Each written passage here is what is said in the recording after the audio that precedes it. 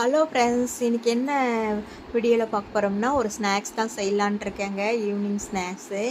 ஒரு கப்பு கடலை மாவு எடுத்திருக்கேன், ஒரு கப்பு தோசை மாவு, ஒரு கப்பு கடலை மாவு, ஒரு கப்பு தோசை மாவு, அப்புறம் பார்த்திங்கன்னா மிளகு, ஜீரகம் ஒரு ஸ்பூன், ஆனியன் வந்து நல்லா மெலிசாக அரிஞ்சிருக்கேன், பெரிய வெங்காயம், அப்புறம் பச்சை மிளகா 2, கருவேப்பிலை, மல்லித்தழை எல்லாமே போட்டுக்கலாங்க.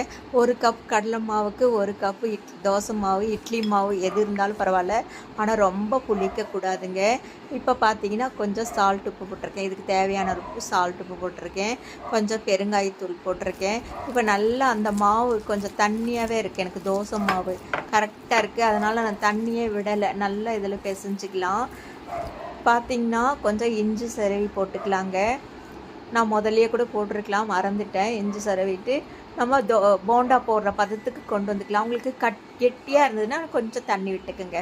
இப்போ எண்ணெய் காஞ்சிட்ருக்கு, ஒன்று ஒன்றா போட்டு எடுத்தால் ஈவினிங் ஸ்நாக்ஸ் சட்னி வச்சு சாப்பிட்டா செமையாக இருக்குங்க. குழந்தைங்க ஸ்கூல்லேருந்து வந்தோடனே ஸ்நாக்ஸ் ஏதாவது வேணுன்னா இட்லி மாவு இருந்தால் போதுங்க, கொஞ்சம் கடலை மாவு கலந்துக்கிட்டால் கூட போதும், சூப்பராக இருக்குங்க. இது வந்து மாவு ஆட்டினவனே கூட செய்யலாங்க, அவ்வளோ நல்லாயிருக்கும். கெட்டியாக எடுத்து தோசை மாவு இட்லி மாவு கெட்டியாக எடுத்து செய்யலாம்.